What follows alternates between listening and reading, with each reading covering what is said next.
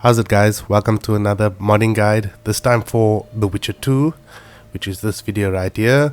If you haven't seen the video, it will be in the top right or in the bottom in the description of the video. So let's just get started.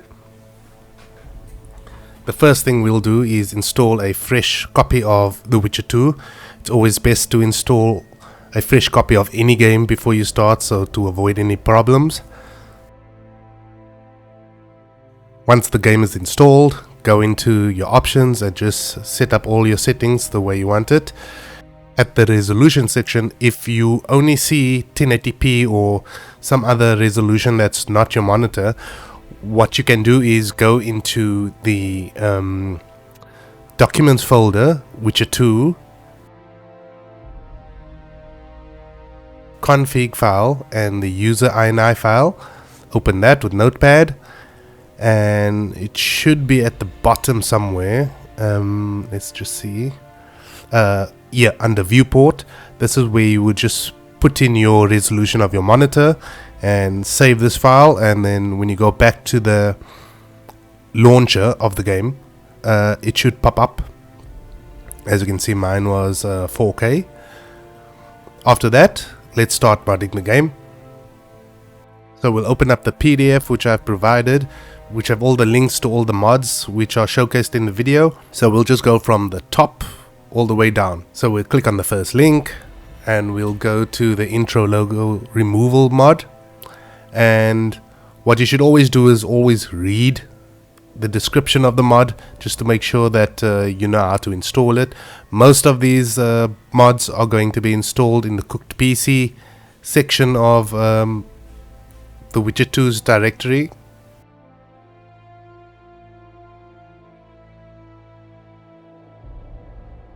Next is the full combat rebalancing. Once again, read the description just to make sure that you know how to install the mod. This one's a bit different, it's an exe. So what I normally do is, you can copy this anywhere on your computer, I believe, but I've always just copied it into the Witcher 2 main folder. Let's just copy it there and run it from there.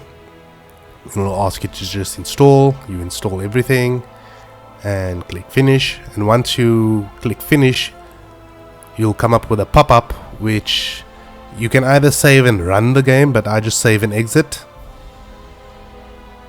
Alright, and you'll just continue doing this for all the mods that you want to install. Remember, all these mods are not compulsory, so you can pick and choose. And when you do go through this list, certain mods will ask you to change the user ini files and the rendering files. Do it. Even though I've provided a rendering and user ini files, there are other files that certain mods are also asking you to change. So just go through everything, install all the mods, and we'll get to the next step.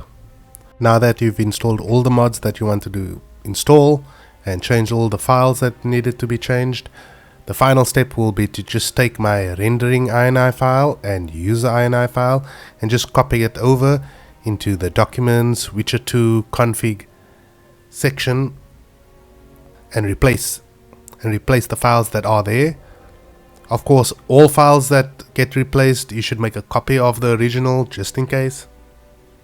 Okay, now that all the mods are installed, let's just launch the game and make sure that the game is stable and everything is running.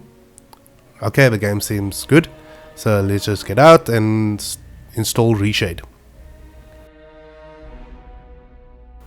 So we're going to install an older version of Reshade, since this is the only one that can actually get into the depth buffer of the game.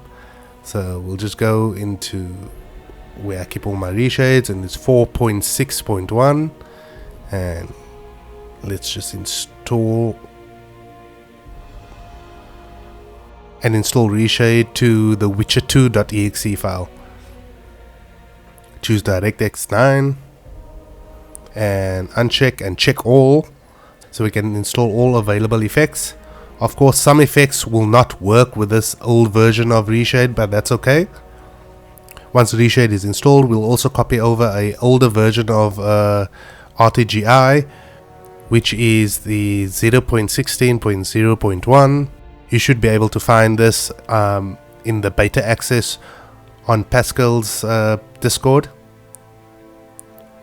All of his older versions are still up, and we install it the same way we do any RTGI version, by just copying the shaders and texture folders over, as I am doing, as well as copying over my preset. And you'll copy this over into where witcher2.exe file is. After that's done, let's run the game again, and as you can see on the top of the screen, Reshade is loaded, with obviously some compilation errors, which is just the latest effects that do not work with this old version of Reshade, but that's okay. Let's load up my preset and let's just have a look. And as you can see, this is me just switching it on and off. I've reduced the saturation, which is my main pet peeve of this game, that the saturation is so high, where especially like in an area like this, let's just come here, where the red is just too overpowering, and if you're watching till this section, hopefully you agree.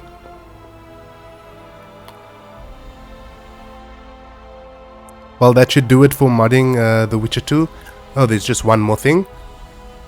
When it comes to the FOV, you can change that within the user INI file. So if you just go into Documents, Witcher 2 config, user INI, and then you'll see under gameplay there's a camera FOV 70 equals 70. You can change that to whatever you want, 90, 120, doesn't really matter. Whatever makes you comfortable. Save the file, and then once you're in the game, it should change to that. Well, that's it. Enjoy, guys. Bye bye.